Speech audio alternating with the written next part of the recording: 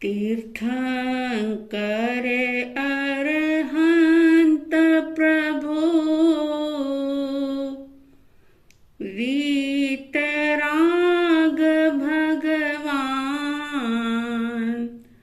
स्वीकारो मेरी वंदना भवतारक जलयान। परमेष्टि की वंदना शमन करे भवताप। स्मरण मनन से चेतना जागे अपने आप। श्रद्धालु जिज्ञासु श्रोताओं, पर्वाधिराज पर्युषण पर्व का अंतिम दिवस, सिरमौर दिवस, आत्म अवलोकन करने का ये दिवस 8वां दिवस प्रारंभ हुआ।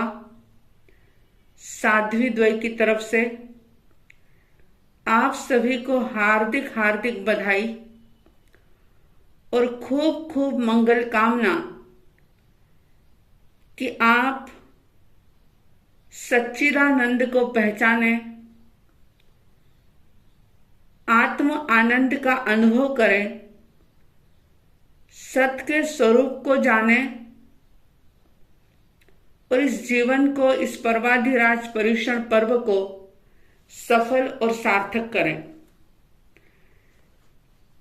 अंतगण दशा सूत्र का श्रवण आप कर रहे हैं और ये अंतगण सूत्र जो जागी हुई आत्माओं का वर्णन करने वाला सूत्र है। आप और हम देखते हैं कि इस दुनिया में नींद में सोने वाले बहुत सारे लोग हैं। ऐसे भी लोग हैं जो जाग करके भी जागे हुए नहीं हैं। कोई क्रोध की नींद में सो रहा है, कोई मिथ्यात्व के गहरे अंधेरे में भ्रमण कर रहा है, कोई अहंकार के हाथी पर बैठा हुआ है, तो कोई छल और प्रपंच करके अपने जीवन को नरक बना रहा है। कोई लोभ और लालच में इतना ज्यादा डूब गया है कि उसे होश हवास ही नहीं है कि मैं कौन हूं, कहां से आया हूं, मुझे क्या करना चाहिए। कोई राग और द्वेष की आग में जल रहा है। तो ये अंतगण सूत्र जो है वो ऐसी आत्माओं का जिक्र नहीं करता जो कषायों की आग में जल रहे हैं, जो मिथ्यात्व की अंधेरी गलियों में भटक रहे हैं। ये जागी हुई आत्माओं का चित्रण करने वाला सूत्र। और जैसे दीपक से दीपक जल जाता है, इसी प्रकार से इन जागी हुई आत्माओं का चरित्र सुनकर के बहुत सारी भव्य आत्माएं अपने आप को जगाने का पुरुषार्थ कर लेती है। और जो ये पुरुषार्थ कर लेती है, निश्चित रूप से वो दुखों से मुक्त हो जाती है। इस अंतगण दशा सूत्र के 6 वर्ग संपन्न हुए थे।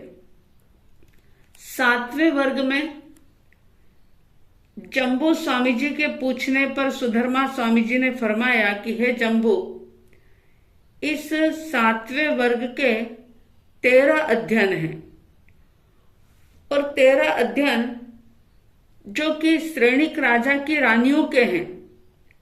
ये जो नाम है नंदा, नंदवती, नंदोत्तरा, नंद श्रेणिका, मरुता, सुमरुता, महामरुता, मरुदेवा, भद्रा, सुभद्रा, सुजाता, सुमनातिका और भूत दत्ता, ये सब श्रेणिक राजा की रानियां थी।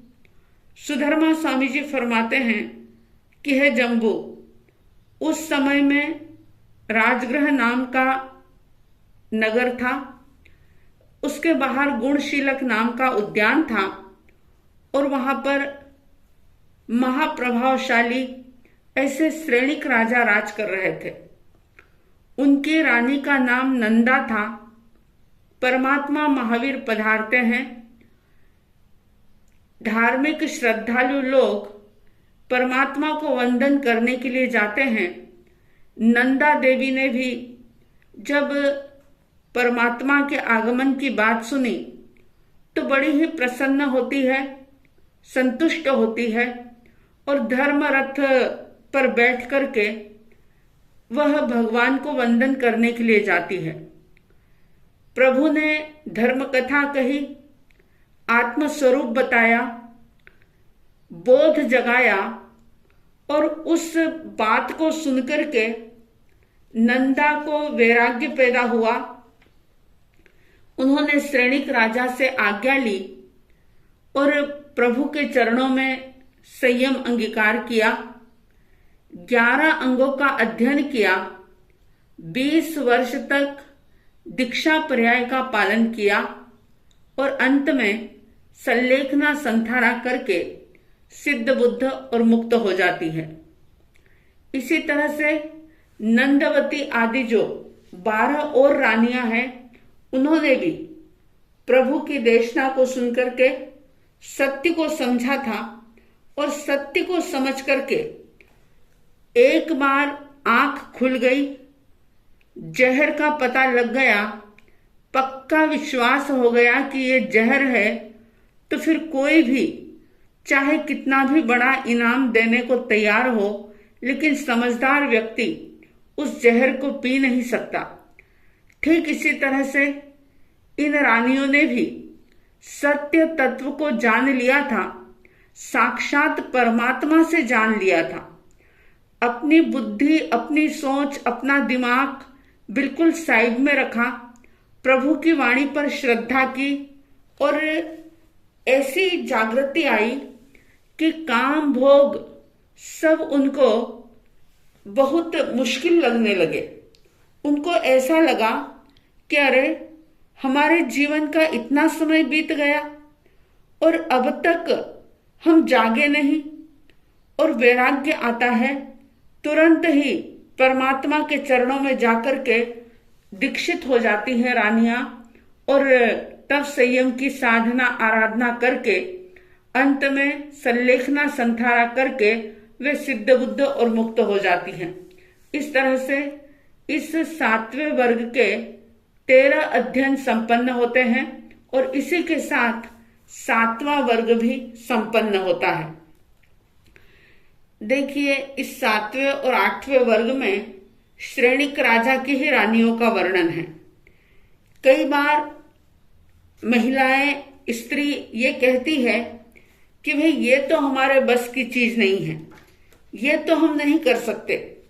लेकिन शास्त्र को उठा करके अगर देखें तो पता लगता है कि वे सामान्य महिलाएं नहीं थी, वे रानियां थी और ऐसी सुख सुविधाओं में रही थी कि जिनके लिए ऐसी बात आती है शास्त्रों में कि जो मखमली गद्दों पर चलने वाली, मखमली गलीचों पर चलने वाली, मगर सत्य को जाना तो फिर कोई भी चीज उनको छोड़नी नहीं पड़ी, बल्कि सब कुछ अपने आप छूट गया और वे अनंत सुखों में लीन हो गई। महिलाएं अगर चाहें तो बहुत कुछ कर सकती है, क्योंकि अनुभवी जन कहते हैं कि महिलाओं में बहुत ताकत है। अगर महिला जाग जाए, अगर अपने आप को सुसंस्कारित कर ले, तो वो 2 कुलों की शोभा बढ़ा देती है। जब बिजली कड़कती है तो मौसम बदल देती है, जब धरती हिलती है तो पूरा भूगोल ही बदल देती है। इसी तरह से जब महिलाएं जागती है तो सिर्फ अपनी ही नहीं, पूरे परिवार और समाज की सूरत को बदल देती है। उन्होंने जान लिया कि ये अवसर जो मिला है, अगर इसको हम चूक गए तो पता नहीं ऐसा मौका दोबारा कब मिलेगा। उनको तो होश आ गया, लेकिन इतनी बार अंतःगढ़ सूत्र सुनने के बाद अगर हमारे मन में जरा सा भी सत्य तत्व को जानने की जिज्ञासा पैदा अगर नहीं हुई, तो सच मानिए आपने परंपरा का तो वहन कर लिया, लेकिन आप कोरे के कोरे रह गए।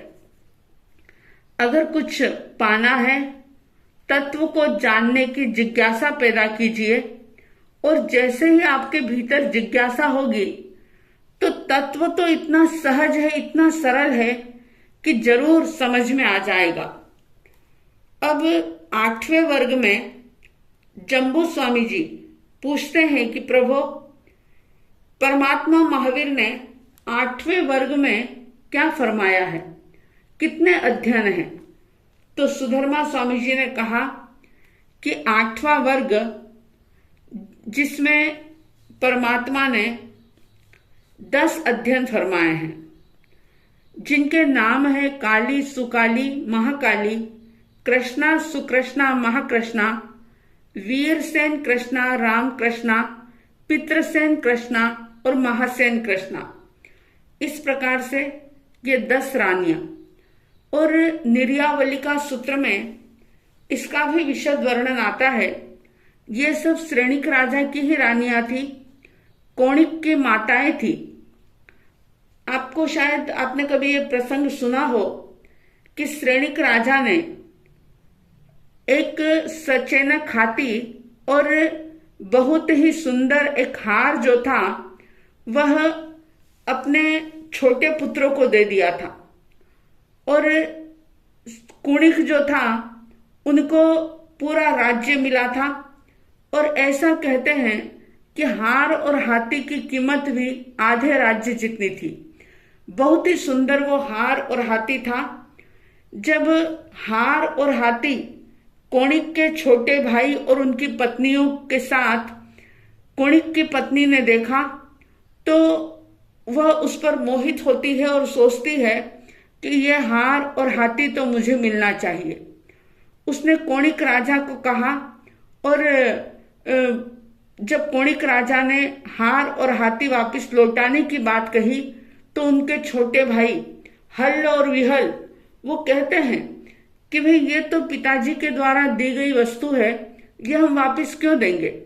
और जब उन्होंने देखा कि कौणिक बड़ा भाई जो कि बहुत शक्ति संपन्न है और ये हमसे ये छीन लेगा, तो वे अपनी नाना की शरण में चले जाते हैं, नाना जी के पास यानी चेटक राजा के पास चले जाते हैं। बहुत प्रयास किए जाते हैं, लेकिन कौणिक और उनकी पत्नी का लोभ कम नहीं हुआ। अपनी इच्छाओं पर उन्होंने कंट्रोल नहीं किया, तो महाभयंकर संग्राम होता है, युद्ध होता है उस हार और हाथी के लिए। और ऐसा कहते हैं कि ये जो काली, सुकाली, महाकाली आदि रानी हैं, इनके बेटे जो उस युद्ध में गए हुए थे, तो वे सब उसी युद्ध में खत्म हो जाते हैं, मर जाते हैं।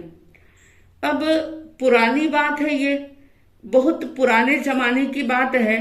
प्रचार प्रसार के ऐसे कोई साधन नहीं थे, जल्दी कोई बात पता नहीं लगती थी, कई कई दिनों तक युद्ध चलता रहता था।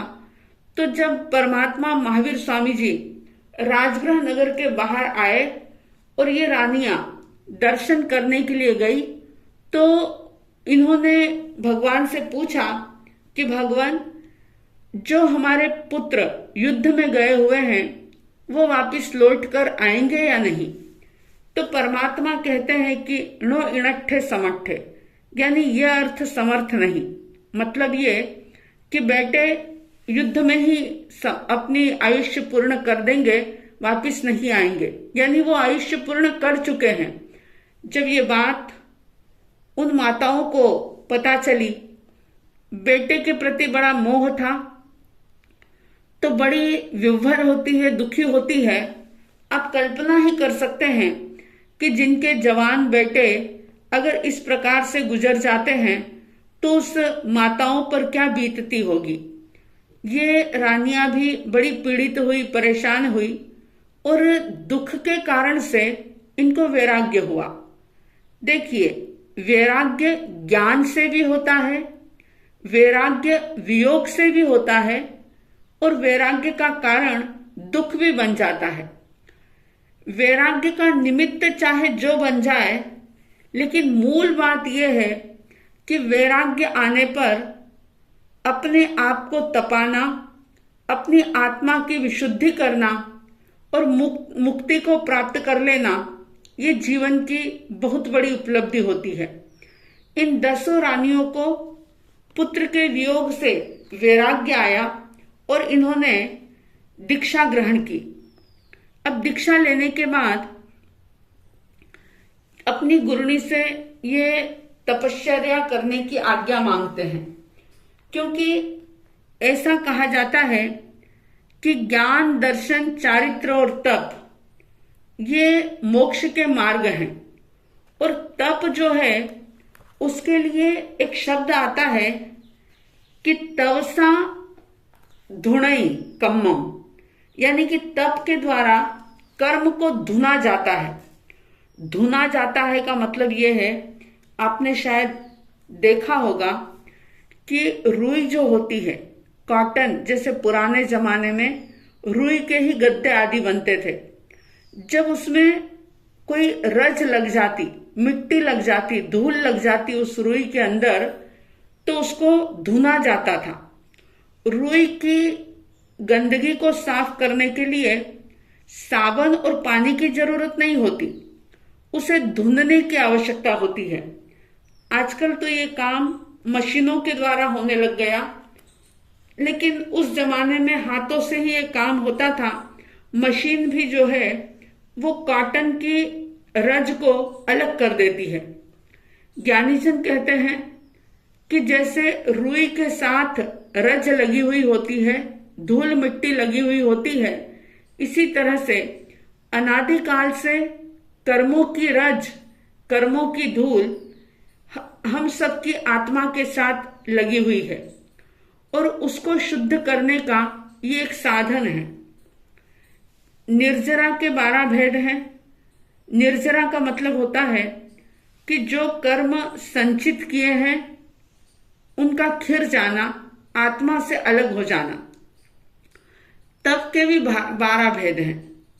जो तप के भेद हैं वे ही निर्जरा के भेद हैं।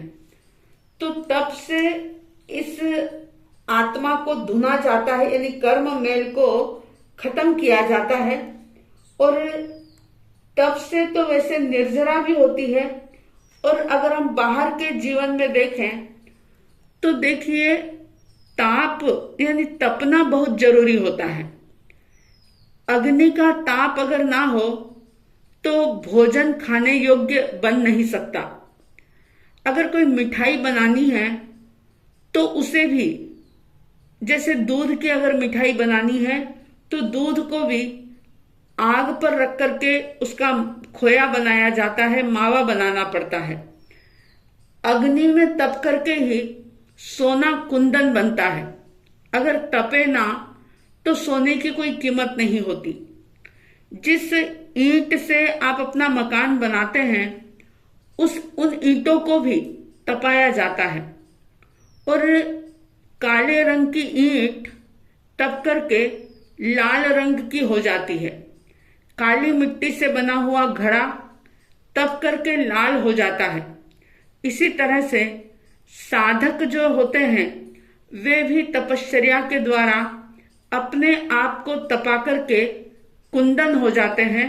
और न केवल कुंदन होते हैं बल्कि वे सिद्ध, बुद्ध और मुक्त होते हैं। तो अब इस 8वें वर्ग में श्रेणिक राजा की इन 10 रानियों का, काली आदि जो रानियां हैं, उनके तप का वर्णन है। और इतनी कठोर तपश्चर्या उन्होंने की कि कई बार लोग सुनते सुनते ही थक जाते हैं। उनके तप का वर्णन सुनते सुनते ही लोग थक जाते हैं आप विचार कर सकते हैं कि कैसी अद्भुत तपश्चर्या होगी उनकी। आज एक उपवास भी अगर करना हो संवत्सरी का, तो कई लोग सोचते हैं, मैं मानती हूं कि वो चतुर्थ आ रहा था, शारीरिक शक्ति हर चीज जो थी वह बहुत अलग थी और तपश्चर्या बहुत सहज रूप से उनसे हो जाया करती थी। आज वैसी शारीरिक शक्ति नहीं रही, कोई न कोई दुर्बलताएं शरीर के साथ लगी हुई है।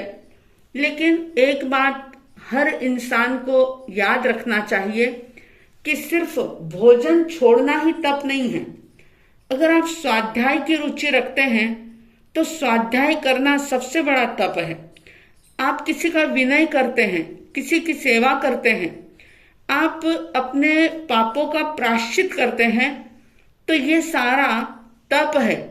विनय, व्यावृत्य, स्वाध्याय, ध्यान, कायोत्सर्ग, ये सारे ही तप के भेद हैं।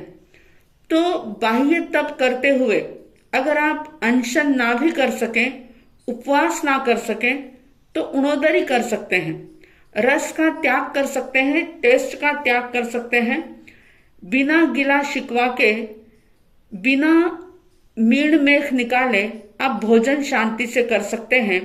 इतना संकल्प इन रानियों के तप की बात सुनकर के हर इंसान को जरूर करना चाहिए। तो आइए हम बात करते हैं सबसे पहले अध्ययन की, जिसमें काली रानी का वर्णन है। काली रानी ने अपने गुरुनी चंदन बालाजी की आज्ञा लेकर के रत्नावली नाम का तप शुरू किया।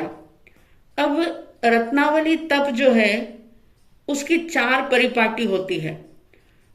मैं तो सिर्फ आपको इतना ही शॉर्ट में बताऊंगी कि चारों परिपाटी में कितना समय लगता है और उसमें पारणे के दिन कितने होते हैं और तपश्चर्या के दिन कितने होते हैं। इतना भी अगर आप सुनेंगे तो सारी पिक्चर आपको क्लियर होगी कि क्या अद्भुत तपश्चर्या थी उनकी। तो देखिए, रत्नावली तप जो है इसकी 4 परिपाटी होती है और एक परिपाटी में 1 वर्ष 3 महीना और 22 दिन लगते हैं और उसमें 384 दिन तपश्चर्या के होते हैं, मात्र 88 दिन 88 डेज पारणे के, और चारों परिपाटी में 5 वर्ष 2 महीने और 28 दिन लगते हैं। इन्होंने पारणे में विगय का भी त्याग किया और जब चौथी परिपाटी का पारणा किया तो उसमें उन्होंने पारणे में ऐंबिल किया और अगले दिन से फिर तपश्चर्या उनकी प्रारंभ हो जाती है। काली रानी ने 8 वर्ष तक संयम पर्याय का पालन किया और अंत में वे सिद्ध बुद्ध और मुक्त होती है। दूसरी सुकाली रानी, जिन्होंने अपनी गुरुनी जी की आज्ञा लेकर के कनकावली नाम का तप प्रारंभ किया था। पुराने जमाने में ये हार हुआ करते थे राजा महाराजाओं के, तो उसमें जिस प्रकार की बनावट होती उसी प्रकार से इस तप को किया जाता था।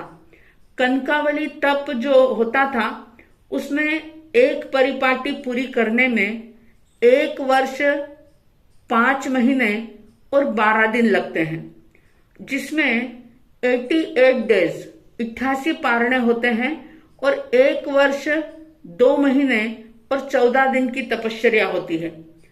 चारों परिपाटी को पूरा करने में 5 वर्ष 9 महीने और 18 दिन लगते हैं।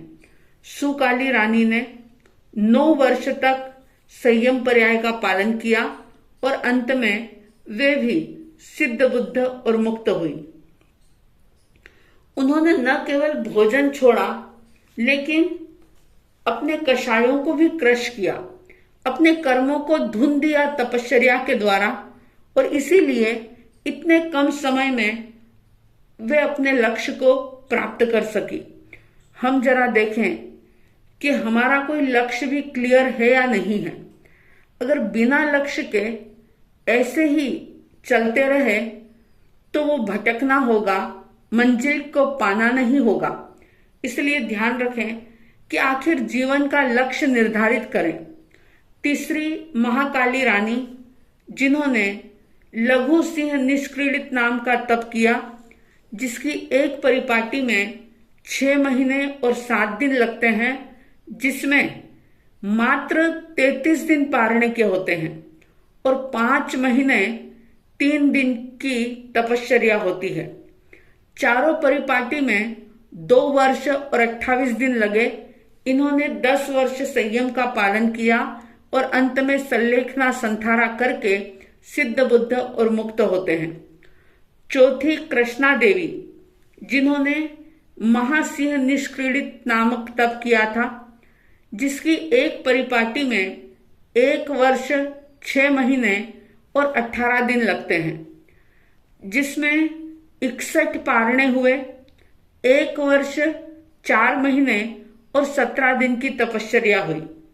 चारों परिपाटी पूर्ण करने में 6 वर्ष 2 महीने और 12 दिन लगते हैं और इन्होंने 11 वर्ष तक संयम पर्याय का पालन किया और अंत में सल्लेखना संथारा करके ये भी मुक्त अवस्था को प्राप्त करती हैं। अब 5वीं सुकृष्णा आर्या, पहले रानी थी, दीक्षा लेने के बाद साध्वी हो गई, इसलिए सुकृष्णा आर्या ने सप्त सप्तमी का, अष्ट अष्टमी का, 9 नवमी का, 10 दसवीं का, इस प्रकार से भिक्षु प्रतिमा नाम का तप, जिसकी संपूर्ण विधि जैसी शास्त्रों में वर्णित है उसी विधि से उन्होंने तप का आराधन किया और अपने संचित कर्मों की निर्जरा की। 12 वर्ष तक संयम पर्याय का पालन करके अंत में सिद्ध बुद्ध और मुक्त होती हैं। अब 6ठी महाकृष्णा आर्या, जिन्होंने लघु सर्वतोभद्र की आराधना की।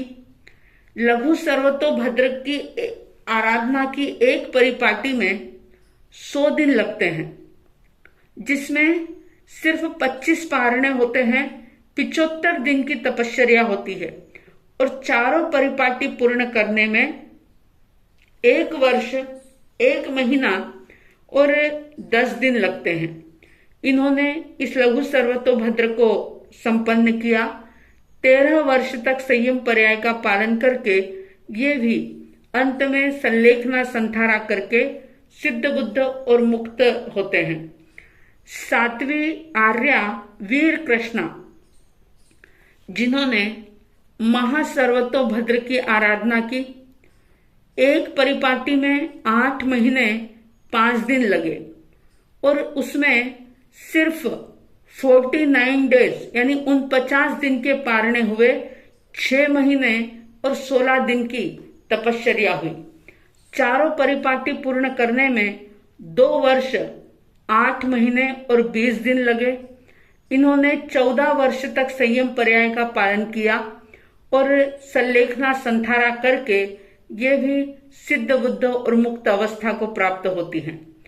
8वीं रानी रामकृष्णा आर्या, जिन्होंने भद्रोत्तर प्रतिमा की आराधना की। भद्रोत्तर प्रतिमा की एक परिपाटी में 6 महीने और 20 दिन लगे। चारों परिपाटी पूर्ण करने में 2 वर्ष 2 महीने और 20 दिन लगते हैं।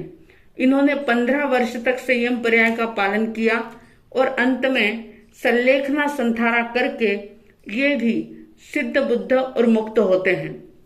इसी तरह से 9वीं आर्या पितृसेन कृष्णा, जिन्होंने मुक्तावली तप की आराधना की। मुक्तावली तप, जिसकी एक परिपाटी में 11 महीने और 15 दिन लगे। चारों परिपाटी पूर्ण होने में 3 वर्ष और 10 महीने का समय लगता है। इन्होंने 16 वर्ष तक संयम पर्याय का पालन किया और अंत में ये भी सिद्ध बुद्ध और मुक्त होते हैं। 10वीं आर्या महासेन कृष्णा, जिन्होंने आइंबिल वर्धमान तप की आराधना की, यानी 1 आइंबिल, फिर 1 उपवास, फिर 2 आइंबिल 1 उपवास, 3 आइंबिल 1 उपवास, ऐसे 100 आइंबिल तक चढ़ना। इस तरह से उन्होंने वर्धमान ऐंबिल तप की आराधना की और उसमें 14 वर्ष 3 महीने और 20 दिन लगते हैं, जिसमें 5050 दिन ऐंबिल के होते हैं और 100 दिन उपवास के होते हैं। इन्होंने 17 वर्ष तक संयम पर्याय का पालन किया और अंत में सल्लेखना संथारा करके ये सिद्ध बुद्ध और मुक्त अवस्था को प्राप्त करते हैं। इस प्रकार से ये 8वें वर्ग के 10 अध्ययन के साथ 8वां वर्ग भी संपन्न होता है।